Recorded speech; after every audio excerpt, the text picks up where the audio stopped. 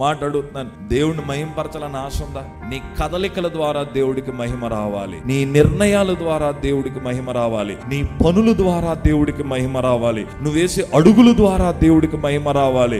ఇంకెలా చెప్తాను, నువ్వు కూర్చుంటే మహిమ రావాలి, నుంచుంటే మహిమ రావాలి, మాట్లాడితే మహిమ రావాలి, నువ్వు పలకరిస్తే మహిమ రావాలి.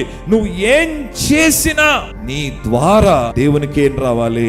మహిమ రావాలి. ఎవరో ఒకళ్ళు పట్టు చేరుకొనితే 4 రోజులు గుర్తుపెట్టుకుంటావు, ఎవరో నిన్ను గుర్తుపెట్టుకుంటా వాళ్ళని తెగ పొగిడేస్తావు. సర్వమును కలుగజేసిన ఆయన నామాన్ని నువ్వు మహింపరుస్తున్నావా? ఆకాశం దేవుడిని మహింపరుస్తుంది, అంతరిక్షం దేవుడిని మహింపరుస్తుంది. ఇవన్నిట్లకంటే విలువైన వారు ఎవరో తెలుసా? నువ్వు నేనే. ఆకాశం, అంతరిక్షము, సూర్య నక్షత్రములు ఇవన్నీ ఆయన రూపంలో లేవు గాని బతికుండి గుండె చప్పుడు కొట్టుకుంటూ ఆయన మాటలు వింటున్న నువ్వు నేను మాత్రం ఆయన పోలికలోనే ఉన్నాం. ఆయన పోలికలో సృజించబడ్డాం, ఆయన రూపంలో చేయబడ్డాం, ఆయనకు లాగా చేయబడ్డాం. నీ ద్వారా నా ద్వారా చెప్పండి, ఆయనకి ఏం రావాలి? మహిమ రావాలి.